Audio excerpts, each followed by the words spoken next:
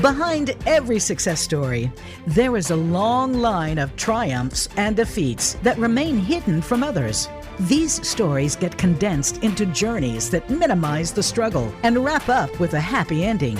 But we know that's not how life works. That's where From the Ashes with Mark Azoulay comes in. On today's show, you'll hear honest conversations about the challenges that Mark's guest faced and how they overcame adversity. Now, here is your host, Mark Azoulay. Welcome back to From the Ashes. I'm your host, Mark Azoulay, and we're back with Rick Tivers, who, Rick, your episode is the #1 episode. You're the most popular From the Ashes episode. Well, thank you. People love talking about sex addiction. People love talking about sex. So you're if you haven't listened to it, if you're a listener out there, I think it's like episode 4. It's about sex addiction. You talked about coming out as gay. You talked about overcoming sex addiction. It was an incredibly powerful set of stories. I mean, really, I hear compliments to this day about that one. Thank you. And I'm really just honored and excited to have you back on and to dive a little bit deeper into that and to talk about, the shadow side of psychology is what you want to talk about, right? The kind of darker side of people, what ways that people can get motivated or ways that people can get stuck based on kind of unmet needs from childhood. Can you share a little bit with the listeners about what you mean by kind of the shadow side of psychology? It's very alluring. It's very... The shadow side is a Jungian term. It's really the part of ourselves that we don't want to look at because it can scare the hell out of a lot of people.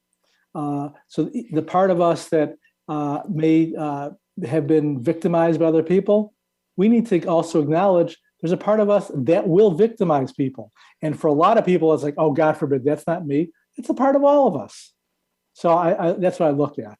The part of the person who says they're very honest, I don't trust that person because I am really an honest guy, Mark, and I lie. If a cop stops me, I don't say, oh, sir, I know why you stopped me because I was speeding. I might say, officer, why are you stopping me? Well, it's my dark side. I'm lying at that point. Mm-hmm. Right. So it's the parts that we disown, right? And don't want to integrate into our sense of self. Exactly. We want to kill that part of ourselves off. Yeah. And usually it's not really dangerous, but I've had some clients that it's been truly dangerous when they've not acknowledged or taken ownership for their darkness. And that's what scares me as a clinician. Yeah. Do you have an example of that to kind of make it real? Yeah. So I was hired to do sexual harassment training and a whole bunch of organizational development for a hospital that I'm not going to mention. And the CEO of the hospital was a short man, about 5'1", and everybody was terrified of this man. But him and I got along really well because I know how to meet his narcissistic needs. So I would really soothe him a lot and stroke him a lot. This man would barge into therapy sessions to give his advice. He was a CEO of a hospital. Wait, into the other people's sessions? Literally, he would barge into people's sessions. He had people do swimming for therapeutic reasons, where he would join them in the swimming pool. Totally inappropriate. Yeah. Okay. I'm gonna give 3 examples of people he introduced me to. Now, my language will be inappropriate. This was the language he used. So he walks up to this nurse. He goes, Rick, I want you to meet this male nurse. I said, oh, okay. He goes, no, Rick, he's a male nurse. I said, great, okay. And he introduces me, and he says, I'm going to use his language. Please understand, this is not my language, his language. He goes, Rick, I'd like you to meet Stan. He's such a cute little faggot. Oof. And Stan's looking at me like, oh my God, here we go again. I said, excuse me? And he said it several times. And I said, Stan, what's your reaction to this? He goes, well, Mr. So-and-so, you know how he can be. And I was so uncomfortable. And I'm walking and I'm just like taking notes about, this is the organizational development training I'm going to do. Then he introduces me to the director of food service. He goes, and again, I'm using his language. He goes, I want to introduce you to, he's Mexican. He's a very family-oriented man. And I thought he was really going to do something very acknowledging. And he goes, I'd like you to meet my little spick here. And he goes, he is so family oriented. Everybody loves him. And again, the man was very kind and polite. And I was so uncomfortable. Mm-hmm. Then finally, the last person, I actually cry whenever I tell this story. He's walking to the nurse's unit off the elevator. And he says to his nurse, "What are you doing here? You're a Black woman and you're obese. It will disgust our patients and our other therapists." And I'm like dumbfounded. And she said, "Oh, Mr. So-and-so, it's such an honor to see you." And again, he is degrading her about her weight, about her being African-American. And he goes, "Okay, what do you think of her?" Then I took a step. I said, "What do I think of her? I think she's an amazing woman. She's taking care of her family. She's put up with your abuse, which is not okay." He started laughing. He goes, "Oh, Rick, you're so endearing." Well, finally, I said, what's your reaction to him? I wanted her to blast him. Until finally, I met with all the employees and we did training on preventing abuse with him. Eventually, to make a long story short, the hospital lost their license. He was thrown out. This was abuse based on his dark side that he couldn't acknowledge. He was bullied by his family and kids, and it transferred over to work. So it's a long story, but it can happen through organizations too.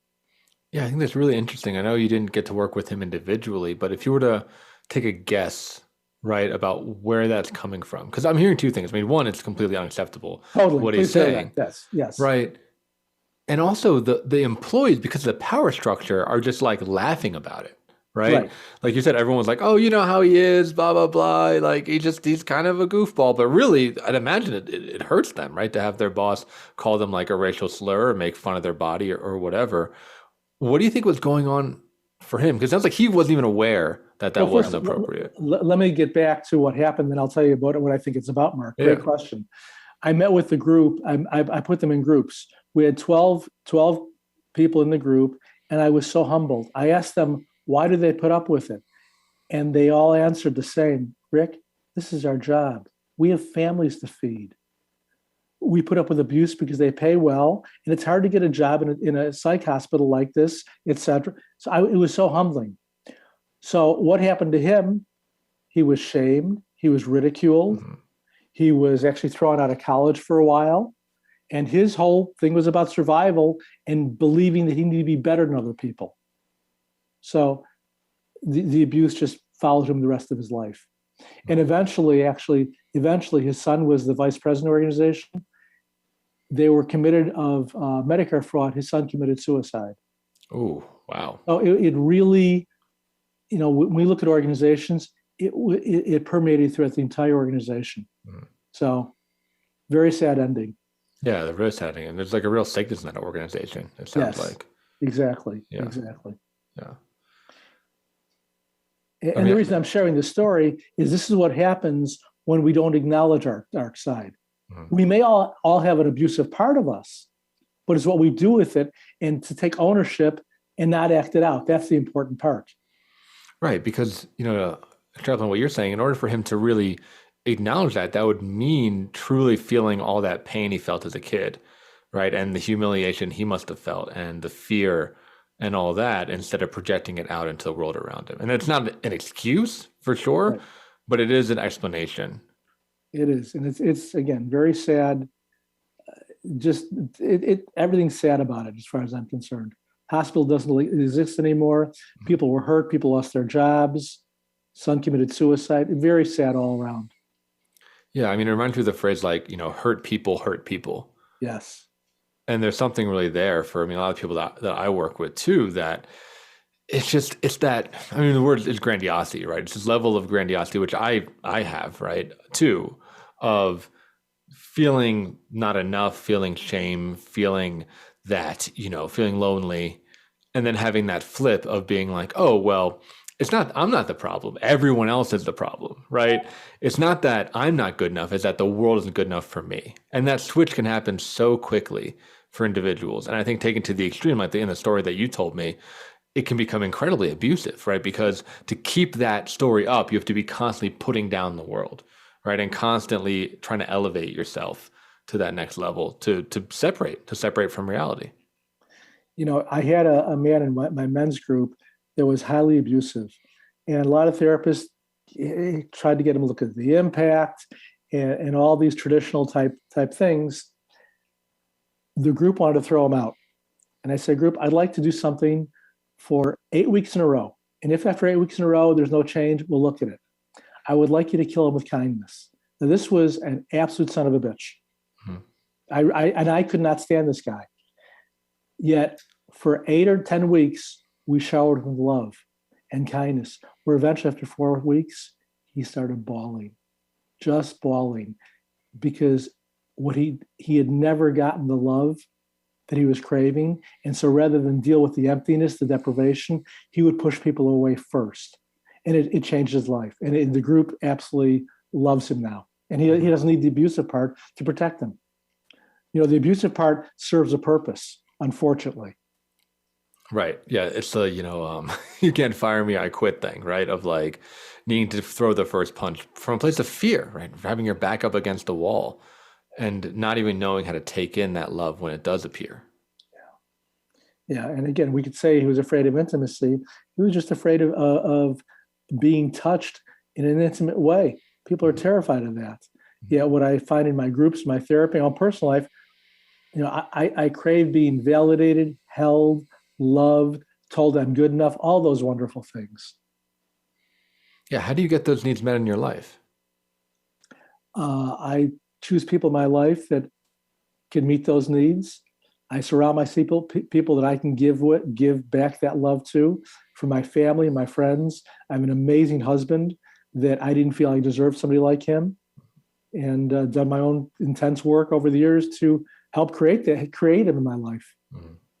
Yeah, I think it's really inspiring, right, to take ownership for those needs, because I think in our culture, right, and luckily, Jewish culture, I think is a little bit different. But when I talk a lot of like white culture, a lot of my clients are in that, they think it's like selfish, right? Mm-hmm. The word selfish comes up a lot, to like have needs or to want validation, or it's like greedy, or it's like weak. There's a lot of messages around even just vocalizing what you just did with a, essentially a straight face of like, yeah, I need people to tell me that I'm good. I need people to love me. I need people to, give me attention and hold me. Like those are all normal human needs, but so much of that gets repressed, I think, in people, right? There's a lot of shame around that. Well, there's also, it's been my own development. I shared in the initial podcast I was in that my first lover died when I was young. My mom died when I was young, and I felt I was supposed to be punished for being gay. So I dated women heavily. I got engaged to a woman who was borderline personality disorder that I knew after the second or third date. And I felt I was supposed to be punished. Now, I'm not blaming her. I helped set this up. But I'll never forget our third date. She was looking at this vase that a student of mine made. I'll never forget this. And it was an ugly vase, but it had sentimental value to me. A student made it that I helped out with some things. And she goes, Rick, what is this? I said, oh, it's a vase a student of mine made. She goes, well, what's more important, me or the vase? And I said, this is our third date. What are you talking about? She goes, well, no, Rick, what's more important, me or the vase? And I said, I don't know. I think the vase. I don't know. I answered like that. I was 21 years old. She threw the vase down and broke it. And I told myself, this is the woman for me. This is the one. This is the one. This is my future wife. Because in my mind, and again, I'm not blaming her. I helped set this up. In my mind, I was supposed to be punished because I didn't deserve to be an openly gay male where my needs are met. Mm-hmm. So I stayed married to this woman 18 years to protect my kids. And then when I came out, I developed some wonderful relationships that I feel very loved and taken care of by. Yeah, so that's a good example of dark side there too, right? Of feeling the desire to be punished. Yes. Or feeling like, I guess being shamed and wanting to be hurt, right? Yeah, so it's fascinating. When I first started dating my ex-wife, and again, this is on me, I had panic attacks because I knew I was a gay man dating borderline, and I had full-blown panic attacks.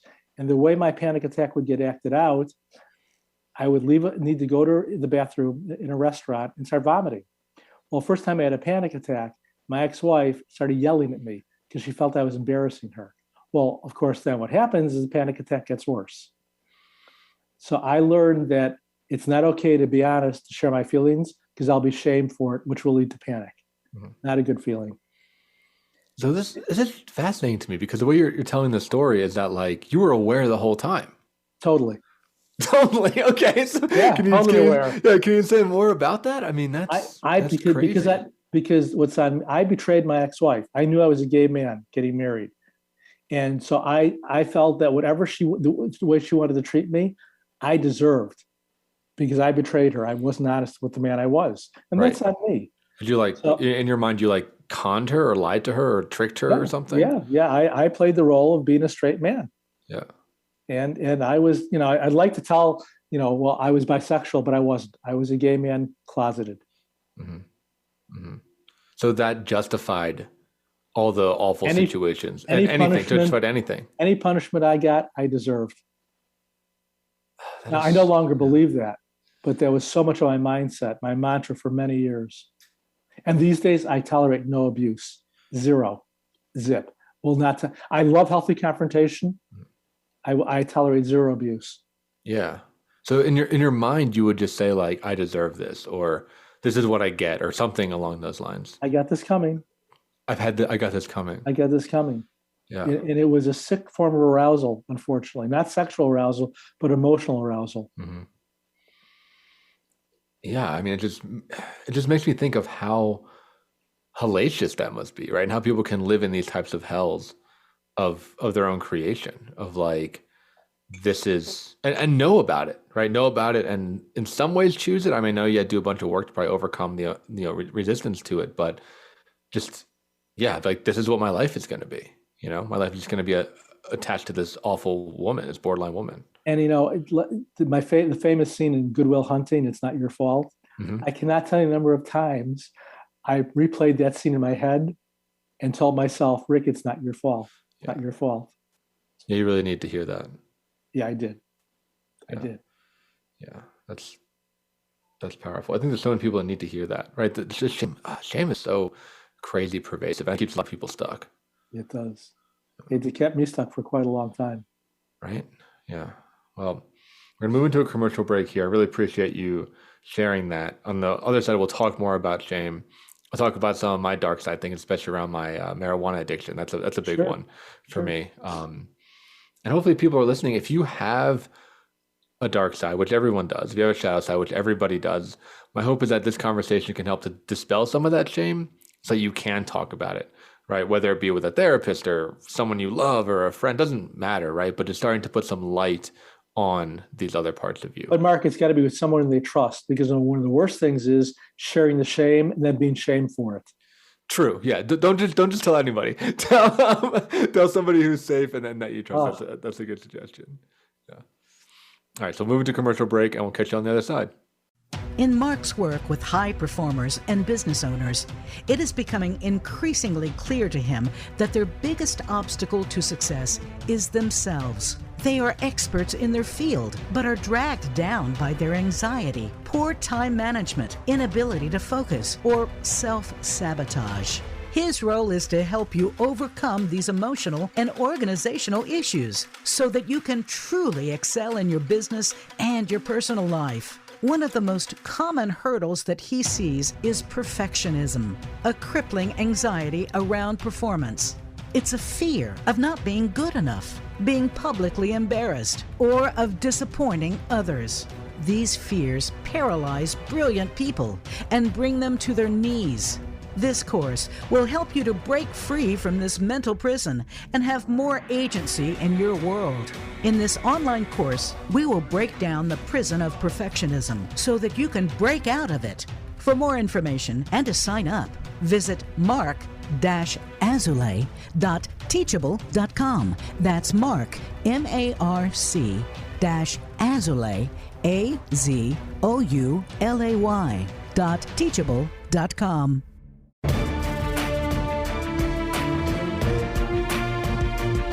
You are listening to From the Ashes with Mark Azulay.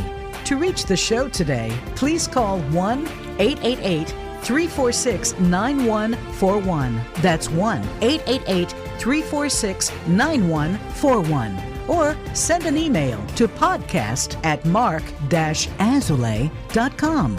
Now, back to From the Ashes. Welcome back. I'm sitting here with Rick Tivers, and we're talking about the dark side of the psychology or the shadow side of a person, which is, the parts of us that we disown, that we don't want to accept, and I was thinking over the break about my, marijuana addiction primarily, and drug addiction, I think in general, but weed addiction, there's a couple shadow parts that I wanted to share. I'll share the service level one and then the deeper one. So the service level one for me was that weed in particular kept me small.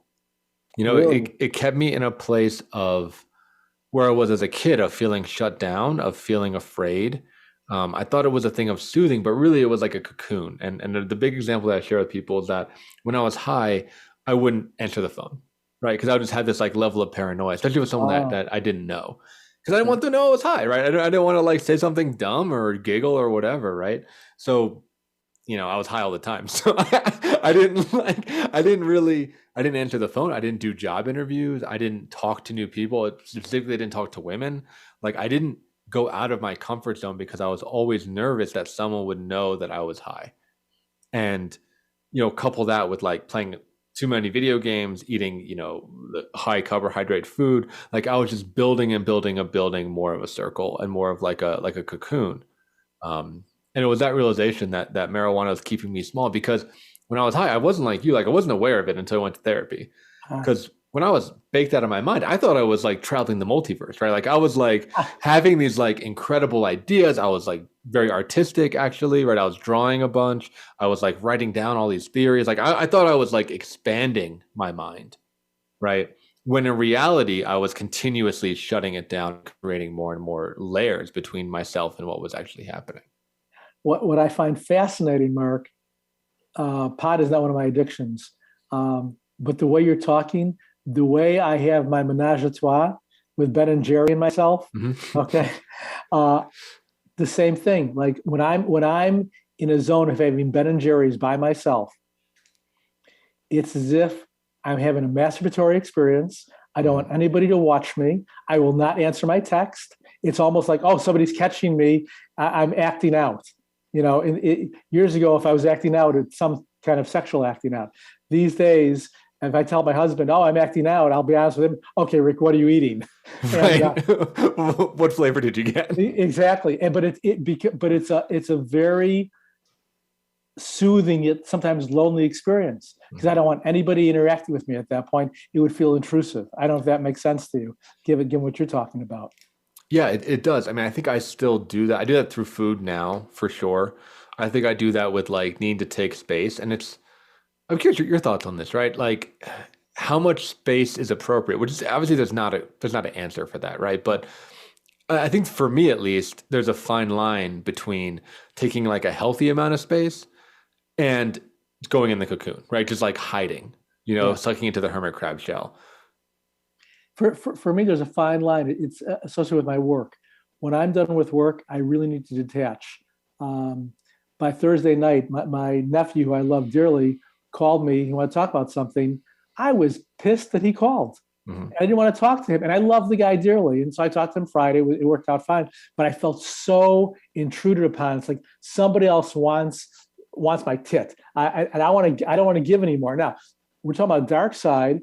My appropriate polite side says, well, of course, he's your nephew. You should give to him. My dark side says, get away. And that's a little bit of darkness too. And then, of course, Friday I did. Yeah, absolutely. And I think it's that trying to negotiate. I mean, hopefully you're giving more than you're pushing away, but I think it's okay to push away sometimes too, right? Yes. Or especially with a partner or a loved one. I mean, I go through this with my girlfriend now, is that and it's just work for me that, in some ways you've helped me do too, of acknowledging when I need space. I try to communicate through it, right? So like, I'll say, hey, I'm really tired. I can't, chat on the phone right now, right? Whereas in the past, I would just not respond, right? And then that's leaving her with the questions of like, did I piss him off? Is something wrong? Is he mad at me? Did whatever X, Y, and Z spins her into a tailspin, right? Well, it's a form of abandonment too. And when I look at couples, I'm fascinated. This is with my husband and myself and all couples I know. One person will be afraid of being abandoned. The other person will be afraid of being intruded upon. For sure. And mine is more about abandonment. When my husband needs space, I need more connection. I'm more like your husband. Yeah. Yeah. Oh, Like, exactly. Yeah. I'm afraid of being like consumed in a relationship. Right. Like, and that was the past of, working with my family and then also not working, being raised by my family and being in relationships with people that were maybe on the borderline spectrum is this idea of like, I would date somebody and then they would destroy my life. Right. And more accurately, to kind of mirror your story, like I would allow them to destroy my life. Exactly. Right. I would destroy my life and using them as an excuse, using them as like a catalyst. But ultimately, I was the one that was losing sleep and doing like the phone calls till 4 a.m. in the morning and, chasing after them when they left and, maybe eating too much or drinking too much or whatever it was, not having a schedule and being like, I'll be available whenever. And I really love you, baby. And like all the like drama and intensity and, skipping the gym and, whatever, right. Canceling appointments. I mean, all that shit, right. All the kind of like codependency stuff. I was allowing my boundaries to be intruded upon. And allowing myself to be consumed to the point where I got, I'm afraid of that, right? I'm afraid of being consumed by a woman, particularly in a relationship. Well, there's a distorted mindset. If you loved me, you'll be there for me 24/7. Dude, for sure. I've dated people that literally told me that, and it's terrifying. It was terrifying. Like I dated someone that she said, oh, same thing. Like, if you love somebody, you want to talk with them all the time. And I was like, I mean, luckily this was like a year ago.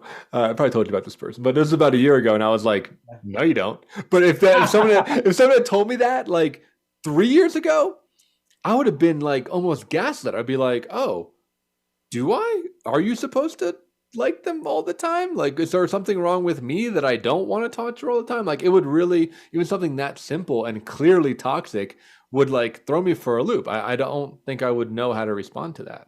I'll start to doubt myself. I believe in love languages, but I don't want to go there right now. But one gift I give to my husband, and he says it all. Hey, hon, go out by yourself tonight, or take a couple of those. We're not together. And I would be like terrified of saying that in the past. Oh, Rick, thank you. That's such a nice gift. Thank you. And he'll do the opposite. Rick, let's connect on this. Let's do this special for us. And it's meeting each other's needs and getting out your own comfort zone sometime. So I think it's great. I think it's wonderful. Yeah, it's really like reciprocal. It sounds like, Here's one. I guarantee you have a story for this because I hear this with my organizational consultation clients all the time, right? So a lot of leaders, and I can say I was guilty to this to some extent as well. A lot of leaders become leaders, right? Because either they want the attention and acclaim they didn't get as a child, or they're trying to recreate their family in their organization. Or they think, this is the one that I had, that if I lead, the people won't leave me because I'm the leader, right? Yeah. You don't leave the leader. I'm curious your thoughts on that. If you see that in the organizational development work that you do around the darker sides that motivate people to become leaders, right? That get them into these like CEO manager positions. I'd like to take this on a much more personal basis, Mark, actually, much more personal. And as I think about this, it brings up some sadness in me. My son, Jordan, worked in my practice. And we did group together, and our styles were vastly different. And just our philosophies about a lot of therapeutic. And I was his mentor for many years, being his dad, and he knew me as a therapist for many years, of course. And when he said, "Hey, Dad, I think I want to be on my own and leave the practice," it was the most bittersweet experience. On one hand, Jordan, I'm so proud of you. Go. I'll refer to you. I'll help you whatever way. On the flip side is, you're leaving me? Yeah. But I'm your dad. How could you do that? And I fully support him doing it, but it was so bittersweet. So I think in that respect, I was a leader and had my own practice because of that. And it can be painful. Yeah, to create a place to connect with your son, right? Like a reason to connect regularly with your son. Yes. Yeah. And we had this whole thing in group. He wouldn't call me Dad. He had to call me Rick, which I understood. And the group members had a hard time with it at first, but it made sense with our dynamics. But that's another story. Did they want you to call? Do you want him to call you Dad? I mean, what's it's like, did you want that? I would have liked it, but I understood why he would call me Rick, and I supported that, of course. Mm-hmm. Yeah, that's such like a playing out of the childhood dynamics, because that, again, back to shadow side, I mean, that happens with parents all the time, right? Of their own abandonment wound getting triggered and not wanting their kid to leave, right? To leave to maybe go to college or to get a job or to move away. And I think when it comes out, I mean, I think about some of the parents that I've worked with is like, they will in some ways subtly, and sometimes even not so subtly, sabotage their kid, right? So that the kid doesn't leave the home, so that the kid does stay dependent, that they stay attached. I'm doing some family therapy right now, and this kid, it was accepted at Princeton, and dad died a couple of years ago. He's been a surrogate husband, and the mother said, "I'm so proud of you going to Princeton, but you know I'll probably be suicidal when you leave." And she started joking about it, and the kid that's not a joke. Kid became very frantic because he has been a surrogate husband for the last 4 or 5 years. Mm-hmm. And so we have to deal with the reality and him moving along. But it's not funny. It really isn't. Mm-hmm. Yeah, right. It's that bond, and it's that, codependency over commitment where they get so enmeshed. And I think that fear of abandonment is so big. I think it's such a shadow motivator because it keeps people clinging to situations that aren't healthy for them. Right, because they don't want to be alone, and they don't want to be in a new situation. It's like, even, I do long-term therapy. So I've had clients who have seen me 30, 35 years. And when people hear that, they freak out. And I have this one couple who has seen me 15 years, literally, since they got married. And they see me 3 times a year. And I say, why do you guys see Rick? We want the attachment, just in case. We know you're here. And it's wonderful. And 3 times a year, I see is very healthy for that couple. Yeah, that's smart. That's smart, right? Is to kind of keep that bond there. So what are some other shadow motivators that you see in the work that you do? So a lot of people have their shadow come out about power and control over other people, abusive, ways of getting validated. Some of the most shadow people I see are salespeople that not about just making the sale, but competing with each other and sabotaging each other. I cannot tell you the number of organizations I get called in where you think salespeople will be on the same page. Not necessarily. It's who's going to be the top dog, who's going to be number one, and what can I do to make sure I am and not my peer. I think it's really ugly sometimes. And I'm talking about in professional sales organizations. I've seen that all the time. Yeah. I mean, especially because, organizations also create games, right? Where if you are the top performer, you get a bonus, or you get like a vacation, or you get whatever, right? So it's incentivized to have that kind of cutthroat mentality. For sure. Mark, what have been some of your challenges in organizations? What else do you see, if I can ask? I think the main thing is just people that, leaders that are really lonely, that are unbelievably lonely, and that use their employees or their board as emotional coping. I think that's the biggest thing I've seen is just like a lack of boundaries, and I think on the, maybe more mild side, I've worked with people that, shit talk during work or gossip, or, I try to create friends out of coworkers, right? Like invite people over to their home and really merge with that. Which I think at some level is okay if it's monitored. And the other extreme, I've worked with people that have had affairs with people that they've worked with, right?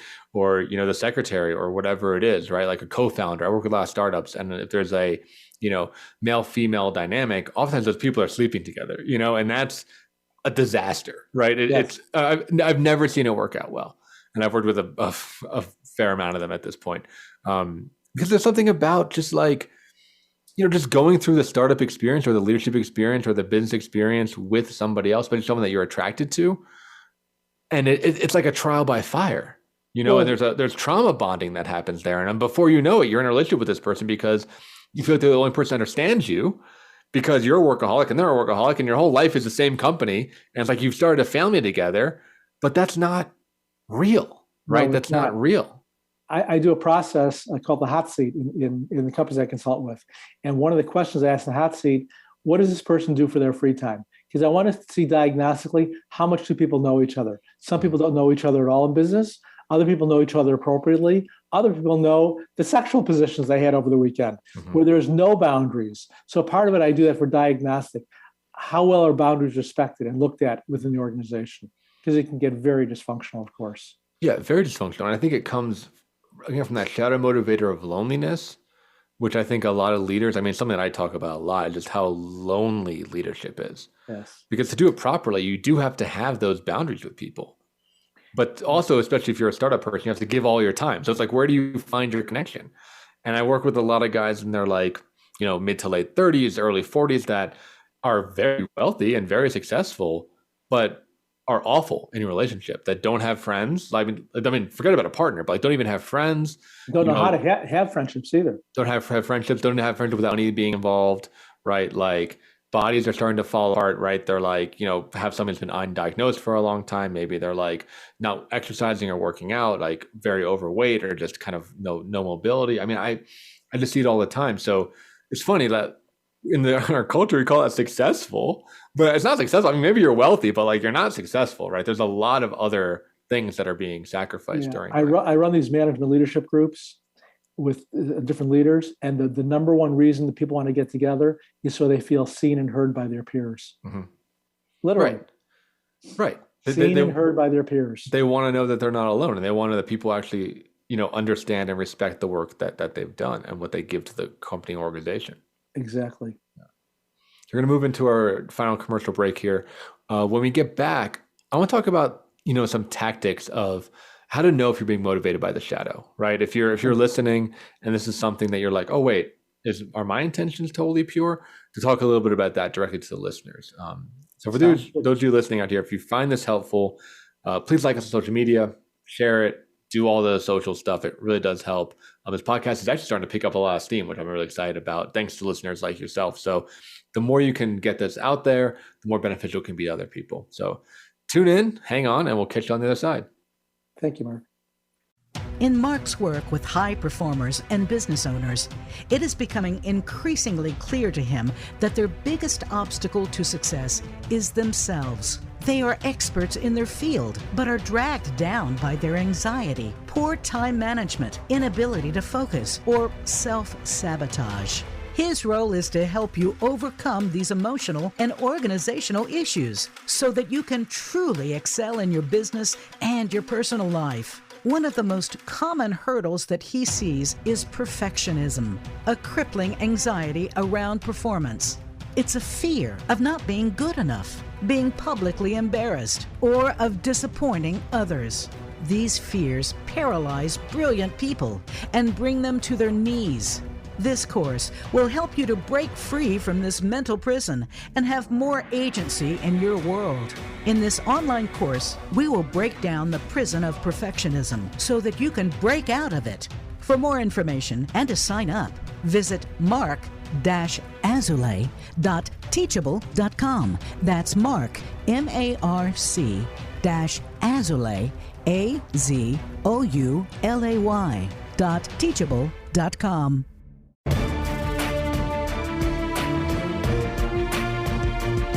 You are listening to From the Ashes with Mark Azulay. To reach the show today, please call 1-888-346-9141. That's 1-888-346-9141. Or send an email to podcast@mark-azulay.com. Now, back to From the Ashes. So I'm sitting here with Rick Tivers, and we're talking about the shadow side of psychology. And I think, because the work we do, we went towards organizational development, towards leadership. And I got to imagine, at least I hope, right? I hope this podcast is reaching people. And there's people listening that are like, oh my God, like, am I motivated by the shadow side? Like, is there something that I'm acting out? Because for most people, and I think, Rick, maybe you're the exception, but for most people, they're not aware of these shadow motivators, right?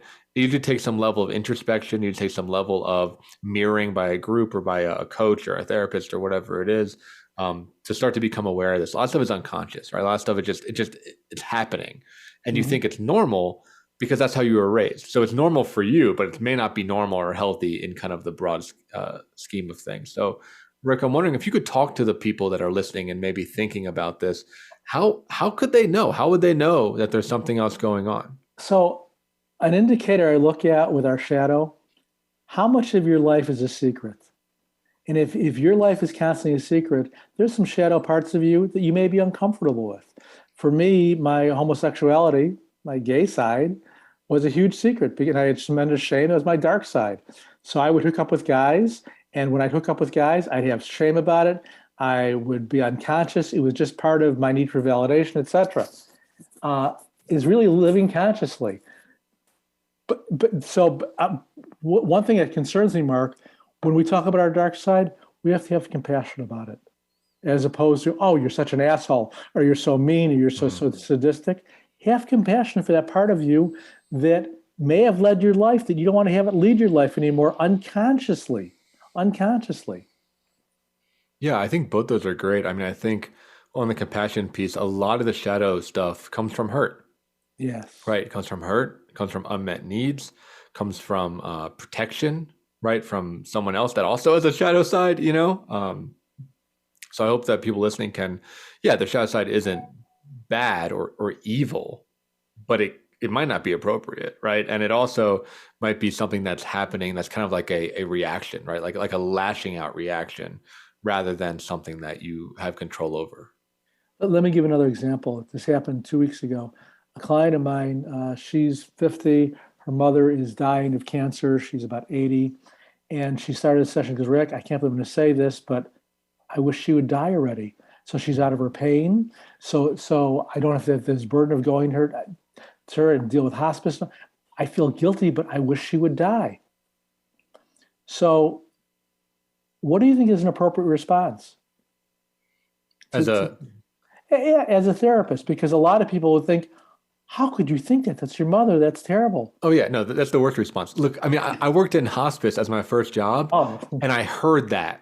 Really? I heard that exact thing. And saying like, yeah, tell me more about that. Or like just saying like, yeah, I understand that was the most, by far, I mean, I didn't know how to be a therapist, but just validating that feeling was the most healing thing that I did. And it's unbelievably common for caregivers to feel that way. What I said to her was, first, thank you for telling me that. I said, I think you've got far more patience than me. Given what you've been dealing with, I wish that she would have gone probably 6 months ago. But that's my dark side. She burst into, thank you so much for saying that, Rick. I felt so guilty. I said, it's human nature. Okay. And so part of what we're doing is validating that dark side that we all have, as opposed to what's wrong with you. Right. You shouldn't feel that way. Right. Yeah. And I mean, I guess some ideas of where that comes from. I think it comes from like Christian and Catholic roots. I think it's, intensified by the social media stuff that's happening where you see everyone's like best highlight reels. But this like shame and this like concept of evil in particular, I think it's really interesting to me, right? That there are parts that are just like are damned, right? That needs to just be like exercised. It really gets to, I think, to like religious roots. Well, I have an example that may trigger some of our listeners here. I have a pedophile I've been treating once or twice a week for about 12 years. Okay. I have diagnosed him as a pedophile. He has never, ever acted out, ever. His fantasies, though, are about children. Okay. He is not allowed to watch porn. He has done nothing inappropriate, but he sees me to deal with this as a check. And one of my clients heard, he goes, Rick, how could you even treat this man? I said, first of all, I actually have love and tenderness for this man because he's protecting himself and society from hurting anybody. 100%. And he is brutally honest with me about his fantasy, all this stuff, which is fine. I encourage it. He has never acted out. But for a lot of people, as soon as they hear his diagnosis, they want to rip him to shreds. And I have one client who said, I can't see you anymore. The mere fact you even treated Peter, okay. So that's taken me such effort to not lash at people because we're so judgmental and quick to judge. And again, please understand, and I'm feeling protective of him and myself. He's never acted out. Please hear that loud and clear. Oh, for sure, right? I mean, that means that the treatment's working. Yes. Right? Like that's why he should be in treatment, just like you said, to protect himself, to protect the children in his community, to protect the nation, whatever, right? Like exactly. The work you're doing with him is effective because he hasn't done anything. Exactly. And there have been times he has called me, reached out, and as a protective mechanism when his fantasy became too strong, which fine, that's what I'm here for. That he goes to SA, Sex Addicts Anonymous, as another part of his protection, which is great. Right. And I imagine, I mean, just making assumptions that he probably has sexual abuse in his history, or they're like the pedophilia, even though it's, deplorable in some ways and very dangerous, makes sense probably for this individual, right? Well Like it's stated. not like a Yes. random thing. Didn't happen overnight. Right. Right. Exactly. So I wonder, were you always that curious and accepting and compassionate, or something that you had to learn, or like what's your journey with that? Because I can imagine, I mean, I think I would have difficulty sitting across from a pedophile, right? I mean, I think I could do it professionally, but I think I'd have to go through vision about it, let me put it that way, right? I would need Yeah. more support to do that. How did you get to the point where you could work Because with I this felt person? so defective within my own sexuality, Mhm. I felt very comfortable in other people's perceived defectiveness. I'm not saying they're defective in how they feel about their defectiveness. I felt so uncomfortable. Even my fetishes, I like hair on a man. Okay, I used to feel guilt about that. We each have our own turn-ons and turn-offs, things like that. I no longer feel guilty about any of my fetishes, things like that. But yeah, it would be a lot of guilt and shame. Yeah, so you know something about that self-hatred, or about that, Oh, like about being there. Yeah. yes, Yeah. yes, very much so. I used to pray to God every night two things: God, stop me from being gay, and please make me thin. Oh God. I'm very serious. Yeah. Yeah, yeah. So, and I think I mean, that's very powerful, right? That you can go there. And I think it just highlights something that just comes up on the show a lot, of just, you know, going there yourself through personal work can let you be more accessible to others, right? And be more available. Yeah, a therapist that doesn't acknowledge any of their darkness, I would feel so uncomfortable with, and I wouldn't trust. Oh, me neither. I think that's like a true sociopath, right? Yeah, And I don't use that word lightly. Like, I think it's someone that would just be lying and manipulating and cut off from the world, right? To just like smile and nod and do the role. I mean, it's even the face I'm making, listeners can't see it, but just like wearing like this mask all the time of like, I'm fine, everything's fine, don't worry about me. Tell me more about your evil part, right? Like that's just, it creeps yeah. And me out. if any of our listeners do therapy, please make sure your therapist is either in or has been in therapy, and that scares the hell out of me. When I had one colleague said, have you been in therapy? Oh no, I haven't needed it. Oh my God, really? What does that mean? That's terrifying. For sure. I mean, I agree wholeheartedly. I mean, I do the same advice to people, don't join a group if your group leader is not in a group. Don't like go to therapy. Your therapy doesn't have a therapist. Same thing. Like you got to practice what you preach, or else you can get really unhinged pretty quickly there. Yeah. And then we act out our own stuff on our clients. That's not fair to our clients. Yeah.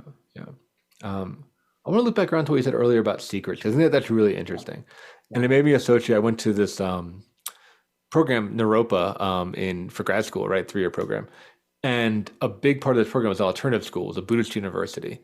And we had to write papers on ourselves, right? I didn't learn a lot about psychology, to be honest. Like, I mean, I learned a lot in undergrad, went to Carnegie Mellon, did neuroscience, and I read a bunch of books and shit, right? But like in grad school, did not learn a lot about psychology. Wow. Okay. But I had really intense personal work where we would have to like do PowerPoints and art projects and Wow. speeches about ourselves and about like our shadow side and all the worst part of ourselves and all the most shameful and painful parts of ourselves. And that transformed me, right? Doing that, doing podcasts like this and other ones, quite frankly, presenting the way that I speak, I had to burn secrets out of my brain, right? I had to put everything on the table. And even though Naropa has its things, that could be another future episode, I am eternally grateful for it freeing me from secrets. Wow. Because as a child, I used to lie, right? Lie, exaggerate, omit, all of it, right? I used to like warp reality with my words as much as possible because I was so insecure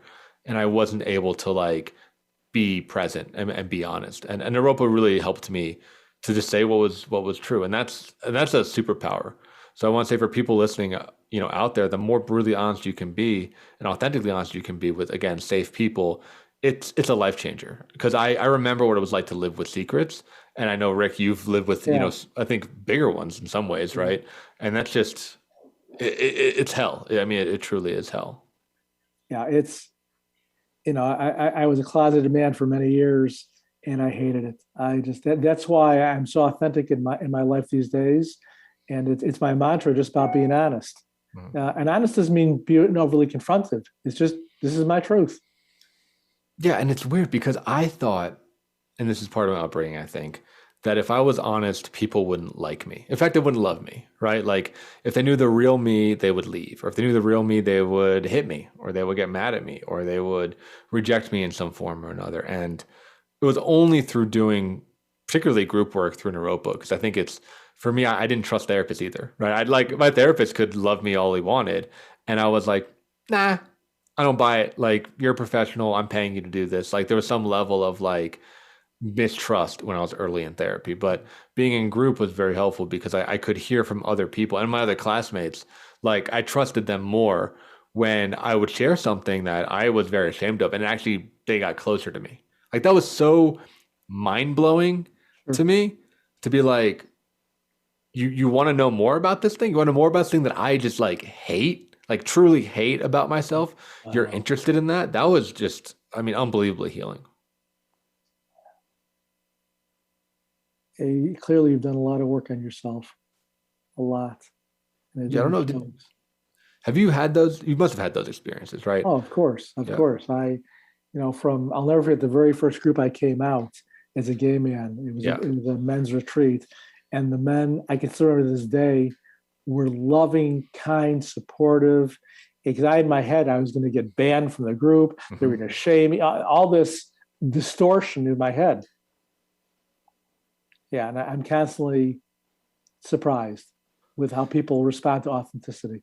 Yeah, and that's distortions is a good word. It's something that I think has been a gift. I'm curious your thoughts on this.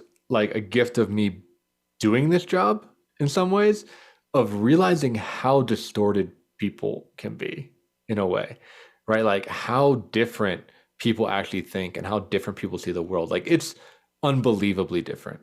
Yeah. And I think, for my shows that I can want to project my own views onto other people and be like, oh, like I wouldn't make this decision. Like, why are you doing it? But doing this work has made me really listen and be curious and just be like, whoa, like I see how you got there. Again, it's not how I would get there, but like your brain is really different than mine. And that's just it continues to be really mind blowing.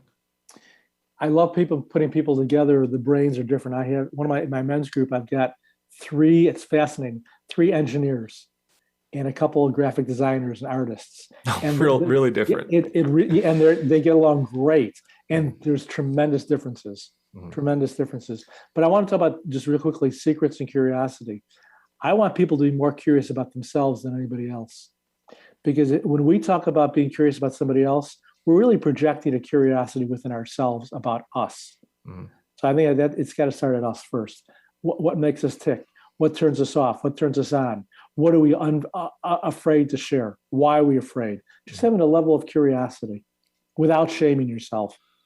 Yeah, I think that's good. I think it's a really great takeaway is like to have people like understand the ingredients in their soup, right? Understand how they got to how they were, whether it be their family, their culture, their genetics, their background, their education, whatever, right? It's like if you believe, and I do, that we're born a blank slate, right? Tabula rasa type situation, then everything that happens after birth is a choice and doesn't have to be that way, right? Like you can really, if you're listening out there, you can really question everything. You can question all your assumptions. Yes. Mark, this is wonderful doing this again. Can you give people my number, or should I give people my number now? Is that the time? Absolutely. Yeah, we're just about at the end. I was going to pitch it over to you. How can people find you? Tell us a little about you, how you work, and where to get in touch with you. I've got a very active practice. 30% of my clients are therapists that come to me for their own therapy. A lot of lawyers, doctors, executives, etc. I'm at 847-338-1283. R Tivers 470 at Gmail. RTIVERS 470 at gmail.com. And I, of course, answer all responses. Great. Incredibly generous. Well, thanks so much for joining me on the show. And for those listeners out there, if you're inspired, contact Rick. You guys, contact information. Like the show, favorite it, send it to your friends, do all the social stuff. It really helps.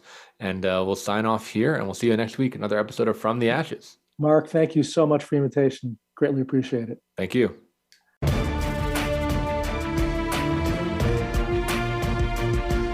Thank you for joining host Mark Azoulay on From the Ashes. Be sure to tune in again live next Friday at 2 p.m. Eastern Time and 11 a.m. Pacific Time on the Voice America Empowerment Channel, or subscribe on your favorite podcast platform.